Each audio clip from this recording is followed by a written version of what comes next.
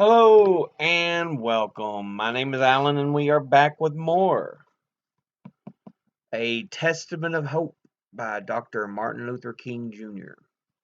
First piece I'm going to read is called Next Stop, the North. And the little blurb reads After the passage of the 1965 Voting Rights Bill on August the 6th, 1965, just days after the tragic riots in the Watts section of Los Angeles, California, SCLC sought to redirect its attention to the plight of urban African Americans. The flames of Watts illuminated more than the western sky. They cast light on the imperfections in the civil rights movement and the tragic shallowness of white racial policy in the explosive ghettos. 10 years ago in Montgomery, Alabama, some seething resentment caused a total Negro community to unite to level a powerful system of injustice. The nation and the world were electrified by the new method of struggle, mass, nonviolent, direct action. In the succeeding years, the power of this method shook the nation from its somnolence and complacency, changed embedded customs, wrote historic legislation, and gave a whole generation vibrant ideas. In the decade, the arena widened, the conflict intensified, and the stakes rose to importance. Yet the method was undeviatingly nonviolent.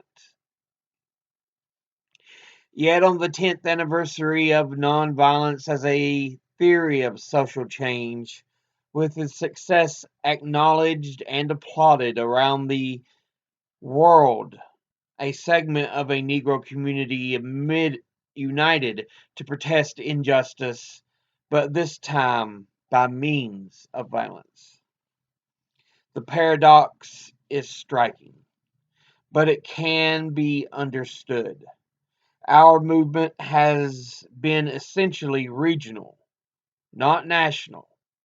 The confrontation of opposing forces met in climactic engagements only in the South. The issues and their solution were similarly regional, and the changes affected only the areas of combat. It was in the South that Negroes in this past decade experienced the birth of human dignity. Eating in restaurants, studying in schools, traveling in public conveyances side by side with whites for the first time in a century. Every day, Southern Negroes perceive and are reminded of the fruits of their struggle.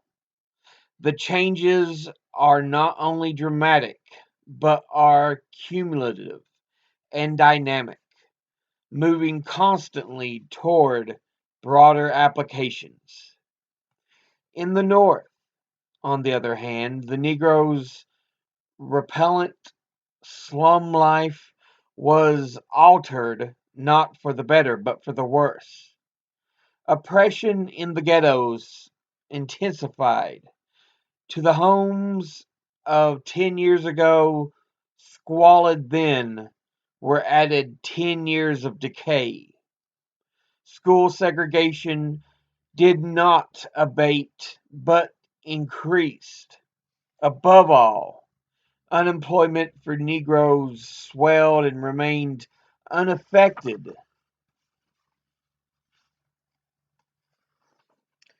by general economic expansion. As the nation, Negro and white, trembled with outrage at police brutality in the South, police misconduct in the North was rationalized, tolerated, and usually denied. The northern ghetto dweller lived in a schizophrenic social milieu. He supported and derived pride from Southern struggles and accomplishment. Yet, the Civil Rights Revolution appeared to be draining energy from the North, energy that flowed south to transform life there while segregation blanketed northern Negro communities. It was a decade of role reversal. The North, heretofore vital, atrophied, and the traditionally passive South burst and with dynamic vibrancy.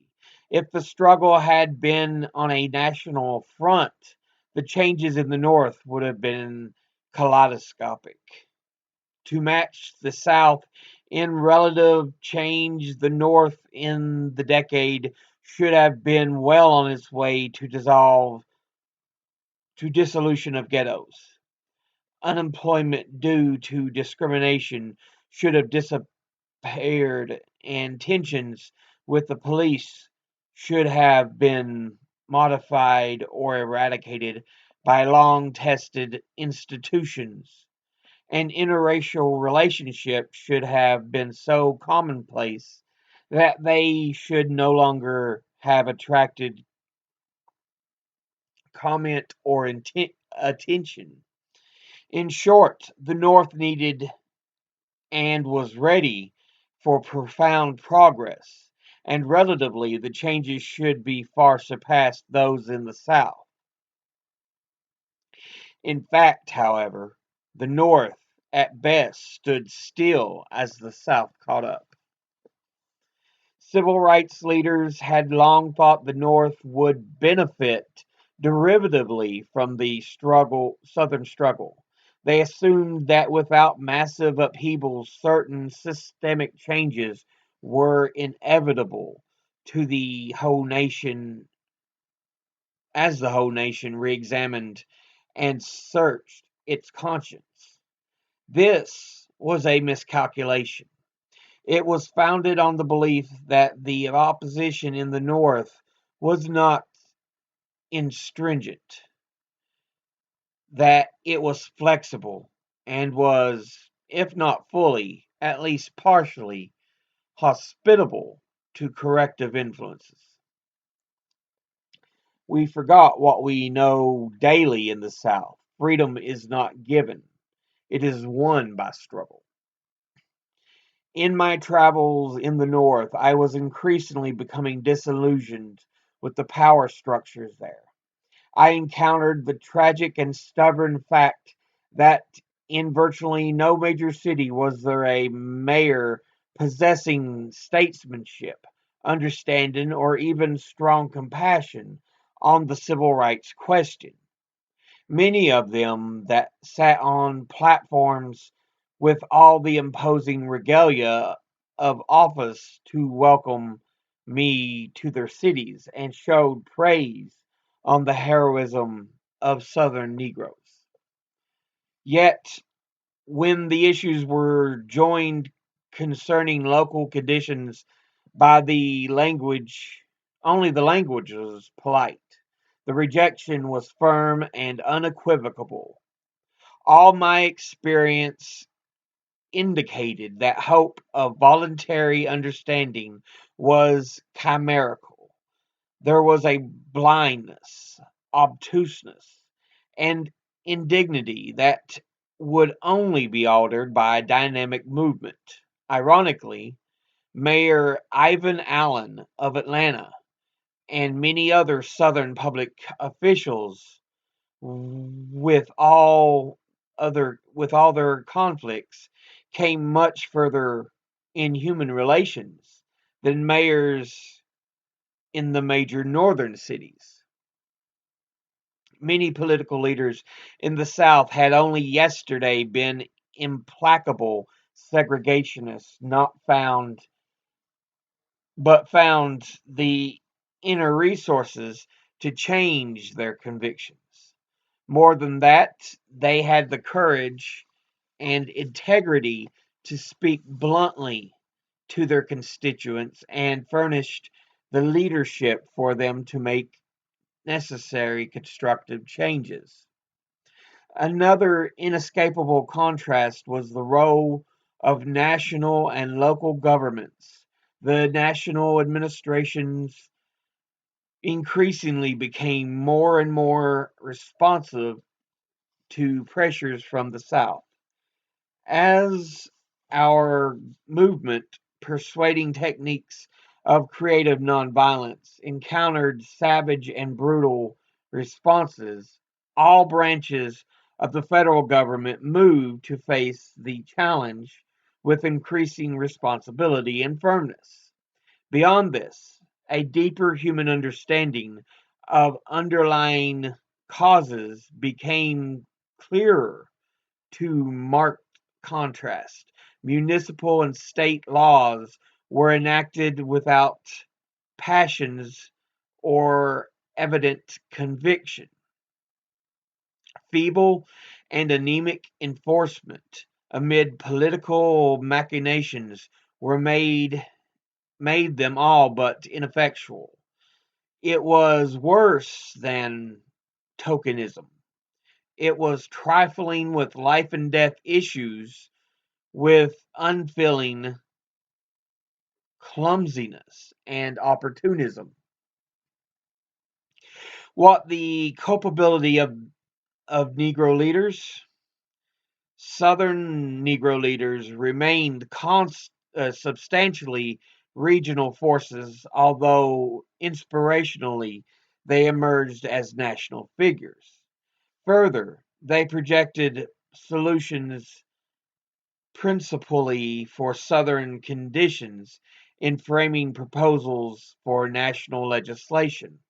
Finally, they took more from the North in support than they put into it. They found themselves overwhelmed with the responsibility of a movement of revolutionary dimensions and could not assume national con- command, even though their leadership, even had their leadership been desired. Southern Negro leaders or Northern Negro leaders were content to support the South, and many did so devoutly. Others tended to coast the gradualism because the issues being sought in the South had long been solved in the North. The key error of both Negro and white leadership was in expecting the ghettos to stand still and underestimating the determination or the deterioration that increasingly embittered its life. The white population is a stranger to the ghetto. Negroes are not only hemmed in it, whites are shut out of it. Unemployment and pitiful wages are at the bottom of the ghetto misery. Life sapping poverty roots Negroes in the decayed tenements where rats and filth became inseparable parts of the structures. But dirt alone could not crush a people, especially those who were so widely employed in disposing of it. Unemployment and insecure unemployment more effectively undermine family life. Not only are the Negroes in general the life or the first to be cast into the jobless army, but the Negro finale or Negro male precedes his wife in unemployment. As a consequence, he lives in the matriarchal society within the larger culture, which is patriarchal. The cruelest blow to his integrity as a man are laws which deprive a family of aid in dependent children's support if a male resides in the home. He is then forced to abandon his family so that they may survive. He is coerced into irresponsibility by his responsible love for his family.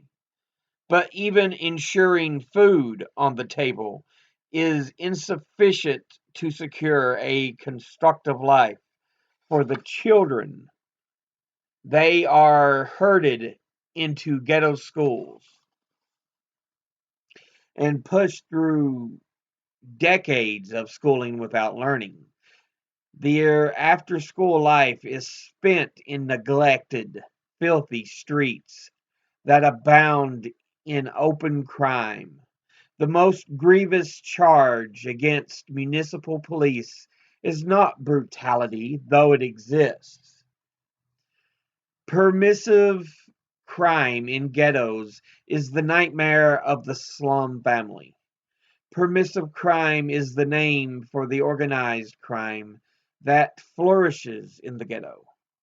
Designed, directed, and cultivated by white national crime syndicates operating numbers, narcotics, and prostitution rackets freely in the protected sanctuaries of the ghettos, because no one, including the police, cares particularly about ghetto crime.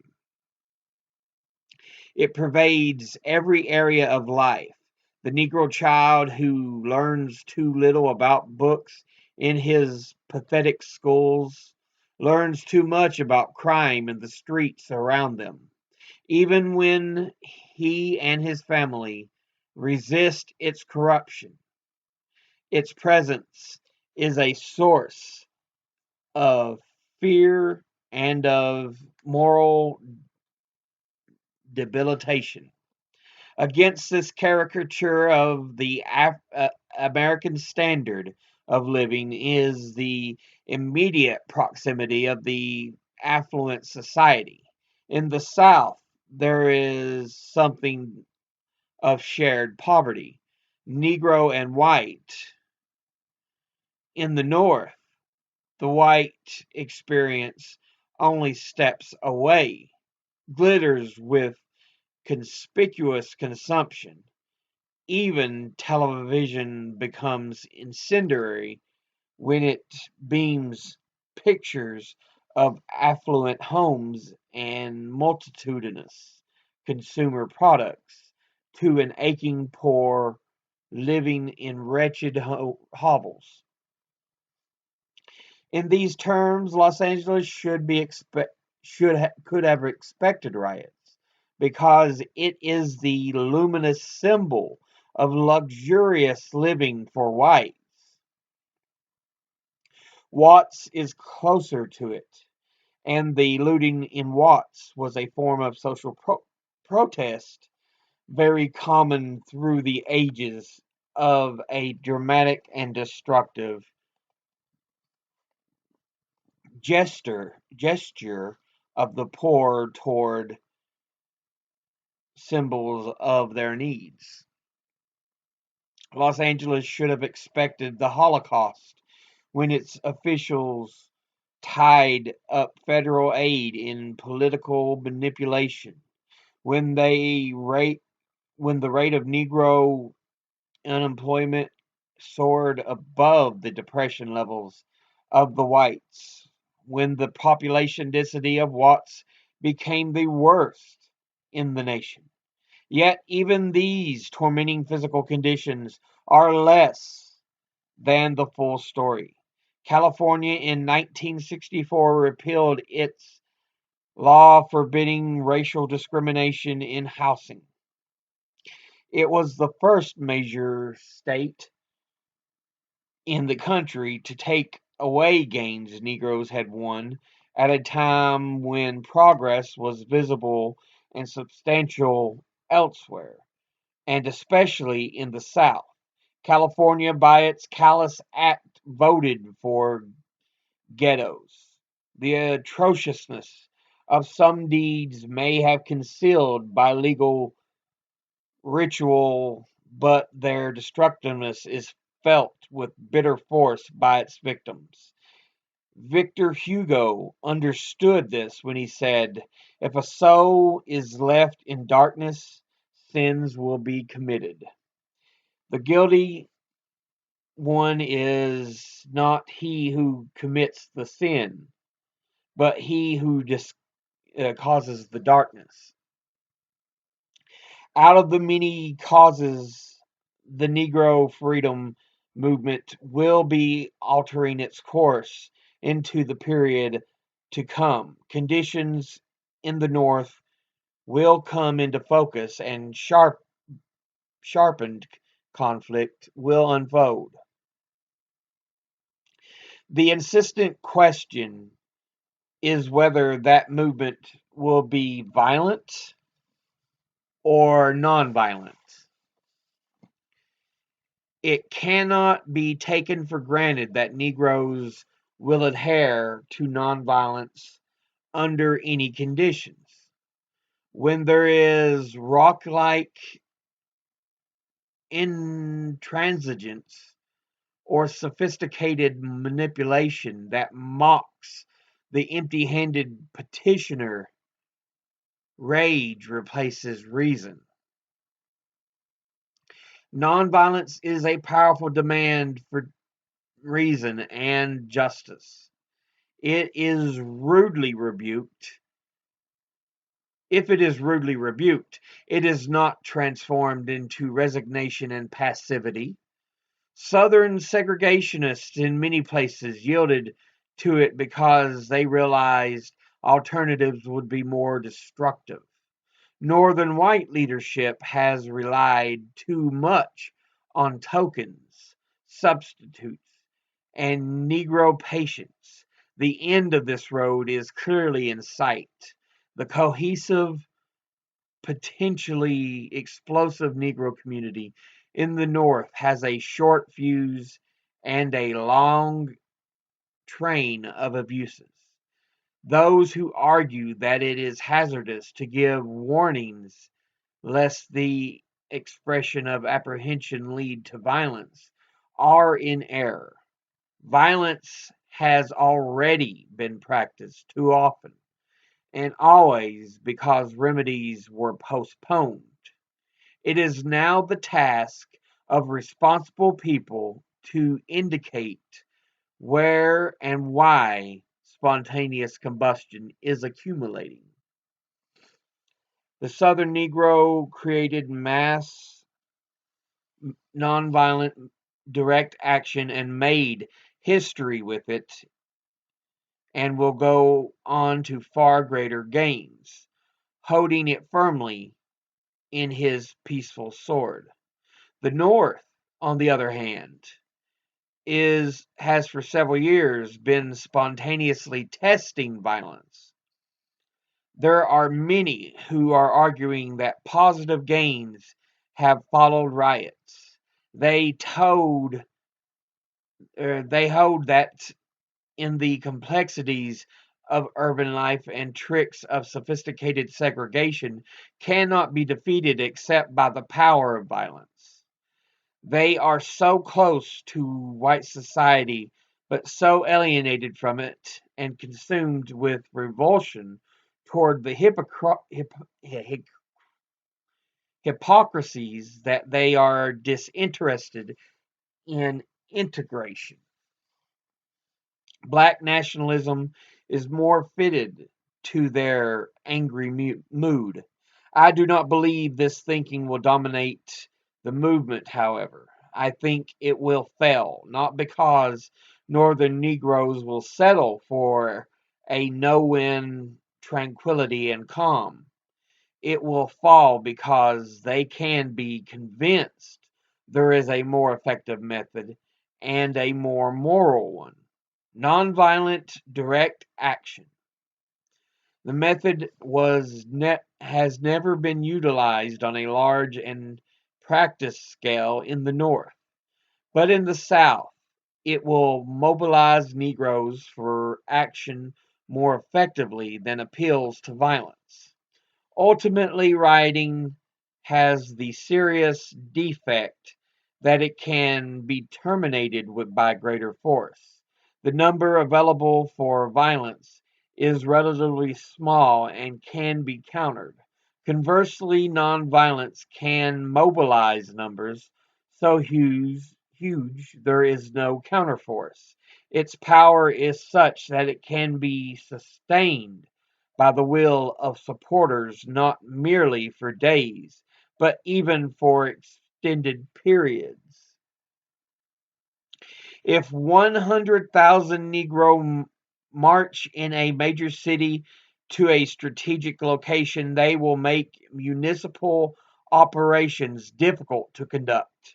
They will exceed the capacity of even the most reckless mayor to use force against them, and they will repeat this action daily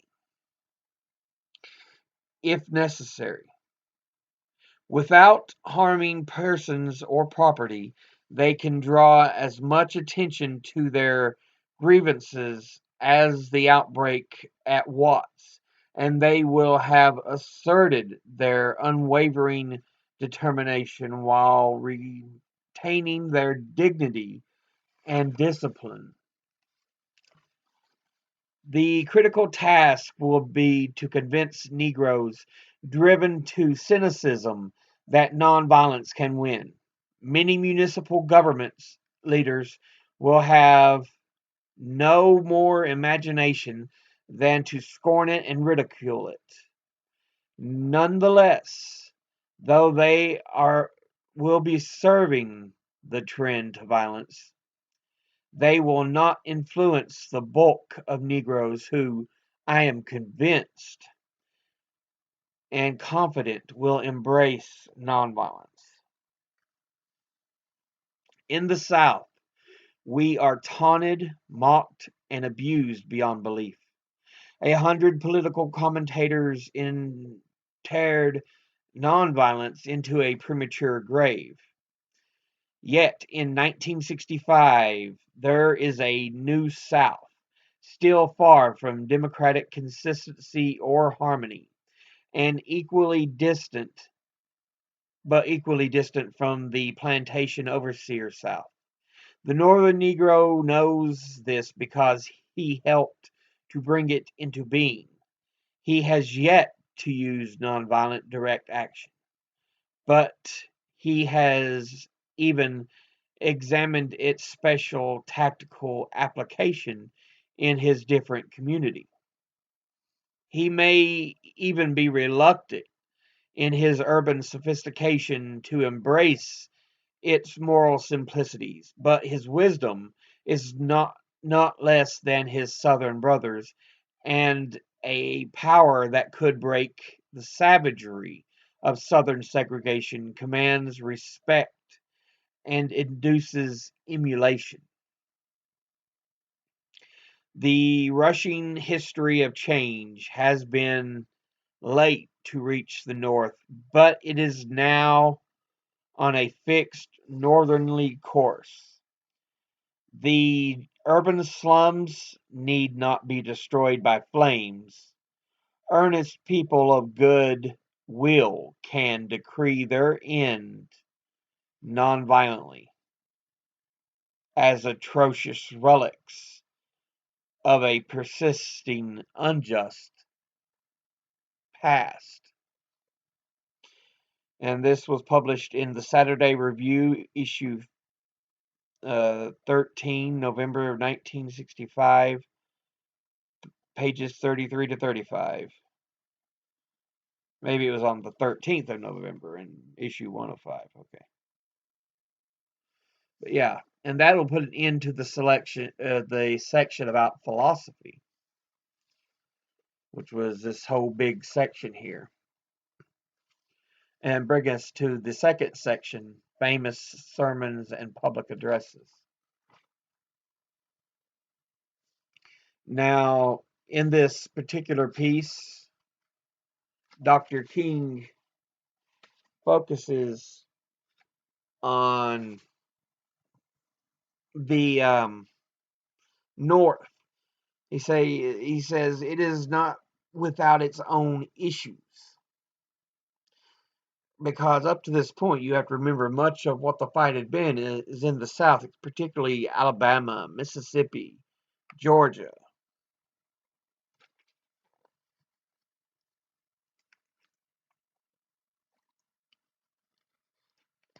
in that area.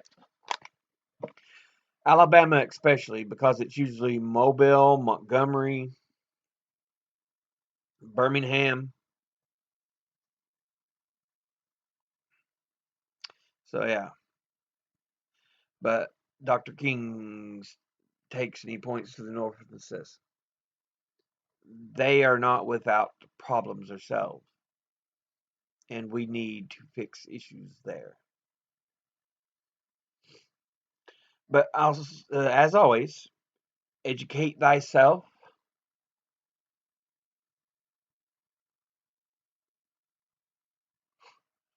I forgot the whole thing. Learn, read, study. Educate thyself. Well, learn, read, study. Study, read, learn. Someone tries to tell you something you have trouble believing, ask them to cite their sources. But I'll see you all in the next video. Until then, later.